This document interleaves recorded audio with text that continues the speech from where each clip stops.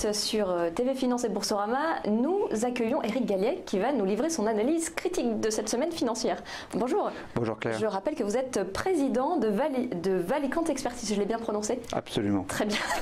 Alors aujourd'hui, d'abord un point rapide sur le CAC, sur les performances de la semaine. Voilà. Donc effectivement, de très bonnes performances, surtout américaines, hein, puisque sur les actions américaines qui ont flambé quasiment de 5-6%, même plus pour les GAFAM qui ont monté de 7% cette semaine.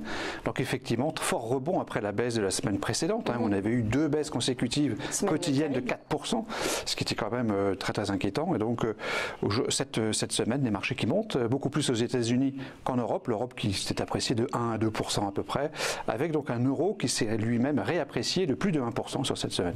Oui, vous allez nous en parler également. Je voulais peut-être commencer d'abord par les résultats aux États-Unis qui ont un peu inquiété les marchés. Et après, on parlera du dollar, parce qu'on a eu la confirmation de l'inflation aux États-Unis. Rappelons que c'était la hausse des salaires qui avait mis le feu aux poudres sur les marchés au début de l'année. Absolument. Alors, je propose de commencer plutôt par effectivement l'évolution de l'inflation, qui est le sujet qui est absolument majeur pour les États-Unis, qui a mis le feu aux poudres la semaine précédente.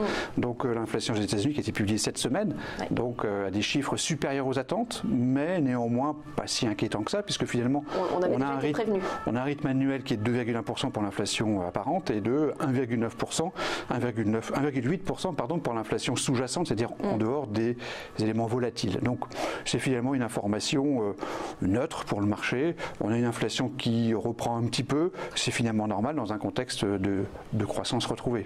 Alors ça peut être embêtant pour les États-Unis, par contre, car leur niveau de déficit augmente, déficit du PIB, presque 5% en 2019 selon les prévisions, déficit commercial. C'est la deuxième information de cette semaine que nous avons retenue, c'est qu'effectivement, le problème des États-Unis, c'est que on a un phénomène d'accentuation, d'accroissement du déficit budgétaire américain. C'est-à-dire que M. Trump a annoncé son programme d'investissement dans des infrastructures. Si on rajoute ce programme de dépenses au phénomène de baisse des impôts, hein, qui est donc une moindre rentrée fiscale, ça signifie que le déficit budgétaire va s'accroître d'une façon très importante dans cette année et l'année prochaine. Donc on attend 5% voire plus de déficit budgétaire américain. Et effectivement, c'est une plutôt mauvaise nouvelle, en ce sens que, en tout cas pour les entreprises européennes, cela affecte la parité de change du dollar contre l'euro. Donc c'est plutôt une mauvaise nouvelle donc, de voir le déficit budgétaire américain augmenter.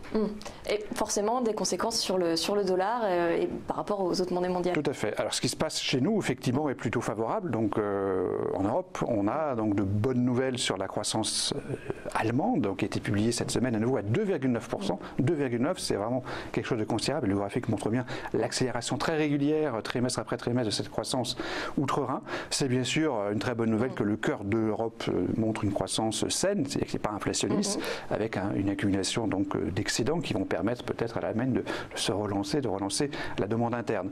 La dernière information, la quatrième information de cette semaine, c'est bien sûr les résultats des entreprises qui bénéficient un petit peu de ce contexte économique favorable, et qui est le quatrième et dernier point sur cette actualité de la semaine, qui correspond donc à des très bonnes publications de résultats en France. Hein, on a vu Kering, qui après LVMH, qui a fait vraiment des résultats flamboyants, avec donc son activité de luxe, hein, dans le secteur du luxe avec Gucci. Et on a bien sûr des très bonnes nouvelles sur Schneider, on a Airbus qui a publié des résultats extrêmement favorables, Capgemini, donc vraiment des très belles croissances de bénéfices annoncées pour 2017 et des perspectives 2018 qui sont encore très intéressantes.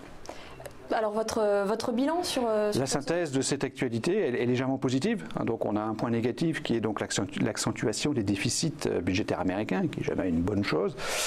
L'inflation aux États-Unis pour nous c'est neutre, puisque finalement ça reflète la croissance qui est là. Donc bon, à plus ou moins 2%, c'est finalement l'objectif de la Fed. Donc il n'y a pas de gros soucis là-dessus pour l'instant. Et 2 points positifs donc qui proviennent de l'Europe, la croissance de l'activité et du PIB allemand et les résultats des entreprises françaises. Donc au total plus un point pour cette actualité de la semaine qui est donc plutôt positive. Merci. Vos conseils d'investissement maintenant? Donc nous sommes à l'achat sur les actions, donc en dessous de 5220, donc on remonte encore ce matin, donc on dépasse ce seuil, donc on est juste limite en quelque sorte de la surpondération action, donc on est redevenu neutre finalement dans le cadre de la hausse que l'on vit, et donc nous avons en quelque sorte profité de ce creux de marché de la semaine passée, car effectivement pour nous la tendance reste haussière, il faut donc être investi sur les actions. On retiendra vos conseils sur cette tendance haussière. Merci Eric Guélec.